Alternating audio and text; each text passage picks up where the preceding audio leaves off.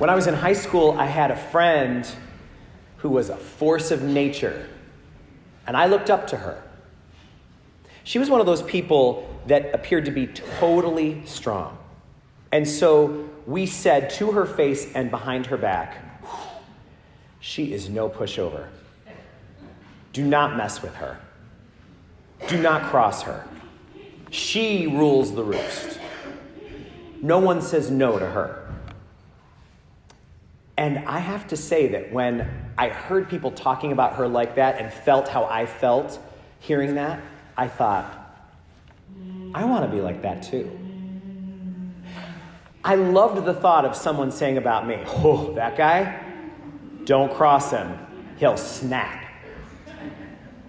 But, we've now seen exactly what that does as we go through life, to have that kind of personality, that my way or the highway way of living.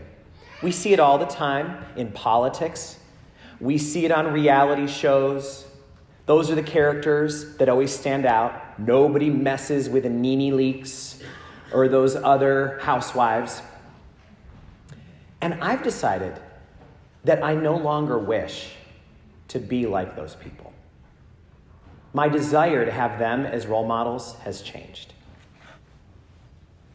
Martin Luther King once said that what the world needs is people to be thermostats instead of thermometers.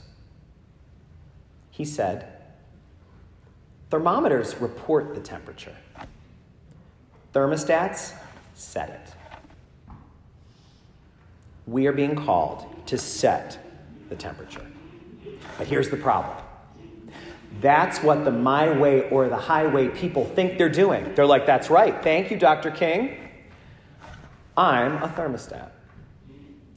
But if we take a closer look at their approach, we find that that's not true. That my way or the highway attitude does not work well in the world. In fact, if you think of the people in your workplace or in your neighborhood who have that, they're usually the ones that don't feel much like a blessing. So, how interesting that Jesus is saying the same thing as Dr. King. I want you, Christians, you who follow me, to be thermostats, not thermometers. And then he explains more of what he means.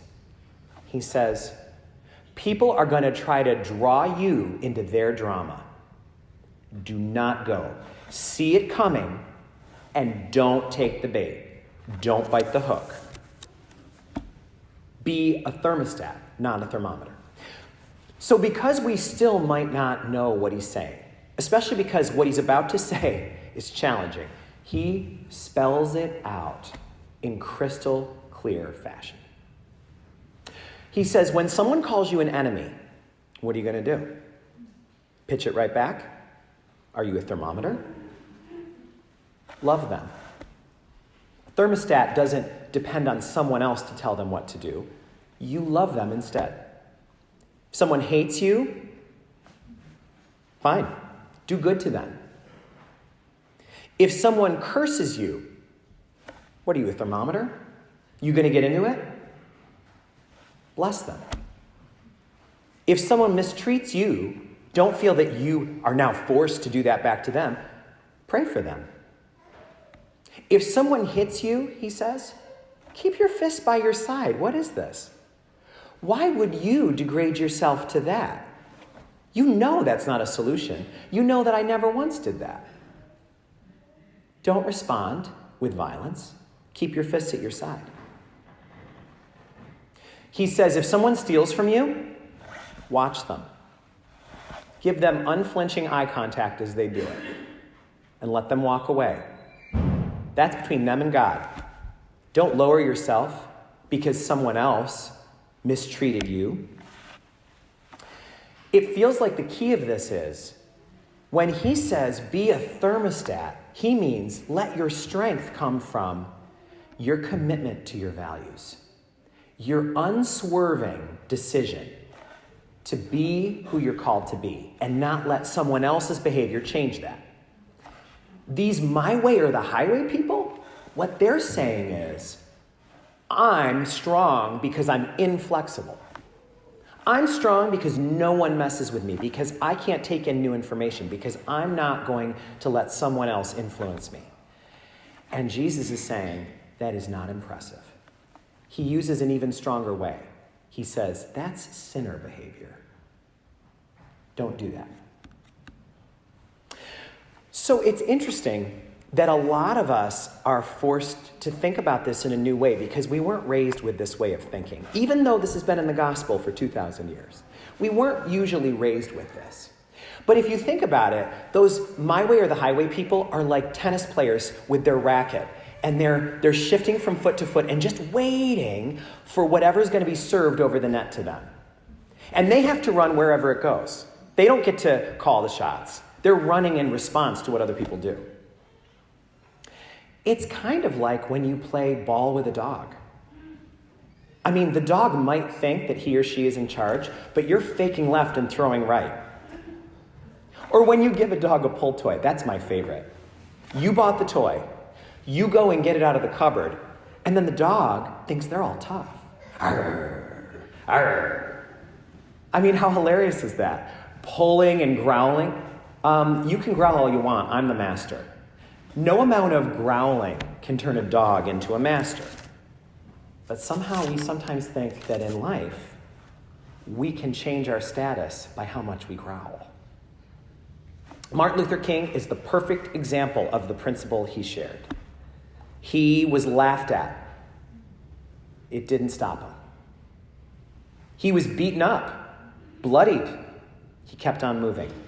In 1956, racists blew up his house, literally exploded his house with dynamite. And he said, "You can do as you like. I am not hitting your serve back to you. I'm in control of how I act, not you. And this is not how this is going to play out."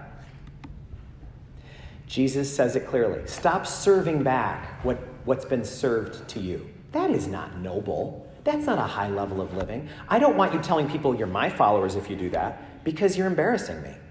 That's not what I'm calling you to. So this week, we are given a challenging gospel and given the opportunity to bring our awareness to the difference between setting the temperature and reporting it. Jesus is calling us to be thermostats. He is calling us to be strong, but strong in our values, strong in his values, not in our inflexibility.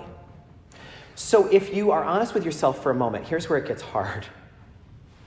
How are you doing with this? I think it's harder now than ever before because of things like this. How are you on social media? Whoa. Do you allow other people to serve things up and then you comment, attack, respond with anger? A lot of people do. I don't think there's ever been an easier way to break this commandment Jesus gives us than with social media. How about this one? Do you have to deprogram some of your childhood? Because you know what most of us grew up with? Hey, I don't want you to start any fights. I don't want any kid of mine starting a fight. But you're not to ever throw a first punch, but you throw the last one. If someone starts it, you can finish it. That's not what he says. He says the exact opposite to that. That's thermometer behavior. But a lot of us received it. You know what's even harder? I'm sure there's parents here right now that are like, I said that last week. We're actively teaching our kids this, but we have to be honest. That's not Christian. He's telling us don't do that. So I don't know about you, but I've changed the way I feel about those my way or the highway people. I used to want to be like them, but I don't anymore. Because I realize now that Jesus is not calling me to be a member of some JV tennis team. He's calling me to be his follower.